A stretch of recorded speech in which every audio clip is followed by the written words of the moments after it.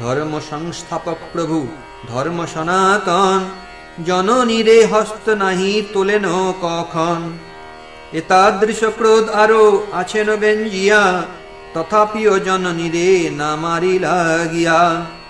সকল ভাঙ্গিয়া শেষে আসিয়া অঙ্গনে, গড়াগড়ি যাইতে লাগিলা ক্রোধ মনে।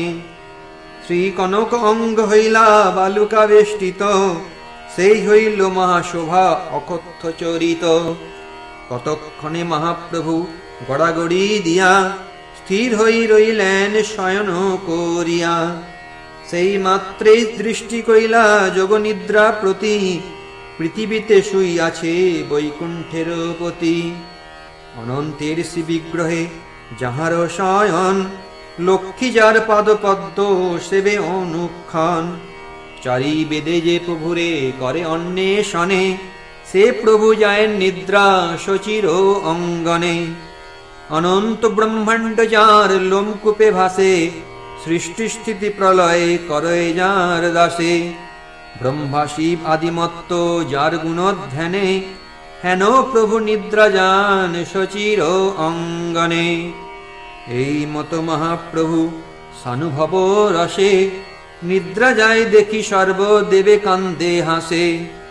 কতক্ষণে শচী দেবী মালা নাইয়া, গঙ্গা পূজিবারে সহ্য প্রত্যক্ষ করিয়া। ধীরে ধীরে পুত্রের শ্রীঅঙ্গে হস্ত দিয়া, ধুলা ঝাড়ি তুলিতে লাগিলা দেবী গিয়া। উঠো উঠো বাপ মোর, হেরো মালা ধরো, আপন ইচ্ছায় গিয়া গঙ্গা পূজা করো। ভালো হইল বাপ যত ফেরিলা ভাঙ্গিয়া, যাউক তোমার সবালাই লইয়া। জননীর বাক্য শুনি শ্রী গৌর সুন্দর, চলিলা করিতে স্নান লজ্জিত অন্তর। হেতা শচী সর্বগৃহ করি উপস্কার, রন্ধনের উদ্যোগ লাগিলা করিবার। যদ্যপিও প্রভু এত করে অপচয়, তথাপি শচীর চিত্তে দুঃখ নাহি হয়। কৃষ্ণের চাপল্য যেন অশেষ প্রকারে, মা যশোদা সহিলেন গোকুল নগরে। এই মত গৌরাঙ্গের যত চঞ্চলতা, সহিলেন অনুক্ষণ শচী জগন্মাতা। ঈশ্বরের ক্রীড়া জানি কহিতে কতেক, এই মত চঞ্চলতা করেন যতেক। সকল সহেন আয় কাই বাক্য মনে, হইলেন শচী যেন পৃথিবী আপনে। কতক্ষণে মহাপ্রভু করি গঙ্গা স্নান, আইলেন গৃহে ক্রীড়াময় ভগবান। বিষ্ণু পূজা করি তুলসীরে জল দিয়া, ভোজন করিতে প্রভু বসিলেন গিয়া। ভোজন করিয়া প্রভু হইলা হর্ষ মন, আচমন করি করেন তাম্বুল চর্বণ। ধীরে ধীরে আই তবে বলিতে লাগিলা, এত অপচয় বাপ কি কার্যে করিলা। ঘর দ্বার দ্রব্য যত সকলই তোমার, অপচয় তোমার সে কি দায় আমার। পরিবারে তুমি বলো এখনি যাইবা, ঘরেতে সম্বল নাই কালি কি খাইবা। হাসে প্রভু জননীর শুনিয়া বচন, প্রভু বলে কৃষ্ণ পোষ্টা করিবে পোষণ। এত বলি পুস্তক লইয়া প্রভু করে, সরস্বতীপতি চলিলেন পরিবারে।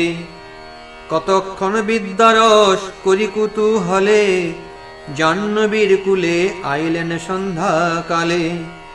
কতক্ষণ থাকি প্রভু জাহ্নবীর তীরে, তবে পুনঃ আইলেন আপন মন্দিরে। জননীরে ডাক দিয়া আনিয়া নিভৃতে, দিব্য স্বর্ণ তোলা দুই দিলা তান হাতে। দেখো মাতা কৃষ্ণ এই দিলেন সম্বল, ইহা ভাঙাইয়া ব্যয় করহ সকল।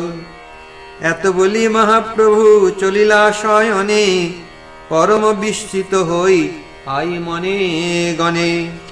কোথা হইতে সুবর্ণ আনয় বারে বার, পাছে কোন প্রমাদ জন্মায় আসিয়ার। যেই মাত্র সম্বল সংকোচ হয় ঘরে, সেই এই মতো সোনা আনে বারে বারে। কিবা ধার করে, কিবা কোন সিদ্ধি জানে, কোন রূপে কার সোনা আনে বা কেমনে। মহা অকৈতব আয় পরময়ুদার, ভাঙ্গাইতে দিতেও ডরায় বারে বার। 10 ঠাই 5 ঠাই দেখাইয়া আগে, লোকের শিখায় আই ভাঙ্গাইবি তবে। হেন মতে মহাপ্রভু সর্বসিদ্ধীশ্বর, গুপ্ত ভাবে আছে নবদ্বীপের ভিতর। না ছড়েন শ্রীহস্তে পুস্তক একক্ষণ, পড়েন গোষ্ঠীতে যেন প্রত্যক্ষ মদন। ললাটে শোভয় ঊর্ধ্ব তিলক সুন্দর, শিরে শ্রী চাঁচর কেশ সর্বমনোহর। স্কন্ধে উপবিত ব্রহ্ম তেজ মূর্তিমন্ত, হাস্যময় শ্রীমুখ প্রসন্ন দিব্যদন্ত। কিবা সে অদ্ভুত দুই কমল নয়ন, কিবা সে অদ্ভুত শোভে ত্রিকচ্ছ বসন। যেই দেখে সেই এক দৃষ্টিরূপ চায়, হেন নাহি ধন্য ধন্য বলি যে না যায়। হেন সে অদ্ভুত ব্যাখ্যা করেন ঠাকুর, শুনিয়া গুরুর হয় সন্তোষ প্রচুর। সকল পড়ুয়া মধ্যে আপনে ধরিয়া, বসায়েন গুরু সর্বপ্রধান করিয়া। গুরু বলে বাপ তুমি মন দিয়া পড়ো, ভট্টাচার্য হইবা তুমি বলিলাম দড়। প্রভু বলে তুমি আশীর্বাদ করো যারে, ভট্টাচার্য পদ কোন দুর্লভ তাহারে।